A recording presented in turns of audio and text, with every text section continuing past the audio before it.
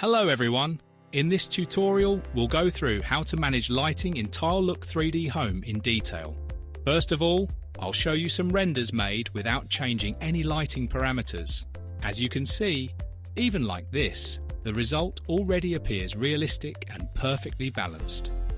Obviously, if we have a window or an artificial light inside our project, the result will naturally appear realistic. Now, let's analyze the basic lighting adjustments for our render. Let's go to the render section and then to the left-hand panel where we can make changes.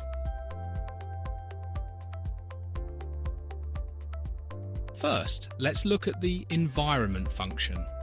This allows me to choose a background for my project and modify specific parameters.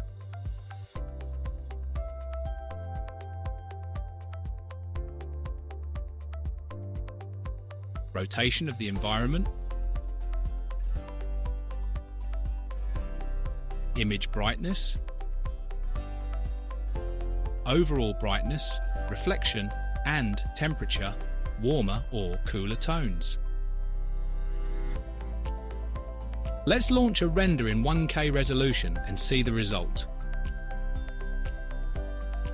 At this point, I've only applied a modification to the external environment, which obviously affects the lighting in the render. Now let's move to the lighting section. We'll click on Add Light instead of using the default one. Let's look at the features in the sun section. Here we can disable it entirely. Not recommended if you want a realistic result. Adjust the intensity, modify the shadow softness, and set the light direction using this option.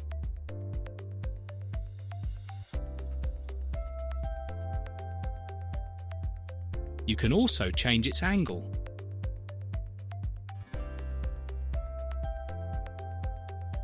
Now we'll insert a white light, set brightness to 70% and adjust the angle to 45 degrees.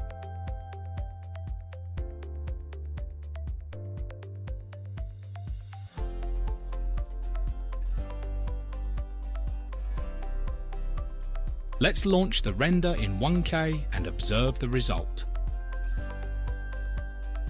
I recommend experimenting with these features yourself to achieve your desired outcome, especially the shadow softness function.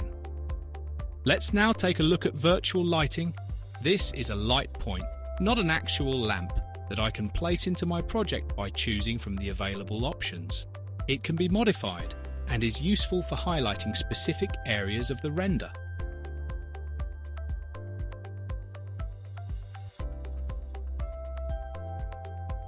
I insert it into the desired area, and I can also see it in the 3D view. Of course, once the render is launched, the light point itself won't be visible, but you'll clearly notice that the area is much brighter compared to the previous render. We also have a second option with virtual lights. As before, let's insert one and click on it.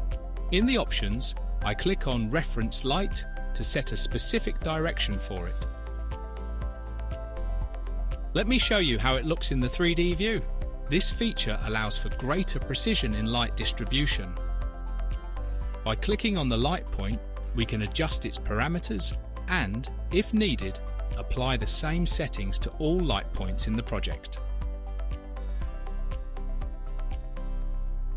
Once the changes are complete, we can save the preset by giving it a name in the upper section. You'll find it available later in the light section.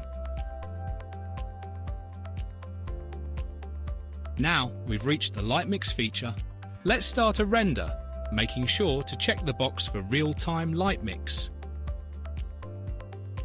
Once the render is finished, we click on the light mix option here. On the right-hand side, we can access a full range of tools related to lighting. We can change the temperature, adjust ambient and artificial lights. Of course, light mix can also be activated after the render is complete. There's no need to check the box beforehand. You can also save a template with your custom light mix settings, so you can easily apply them to other projects with just one click.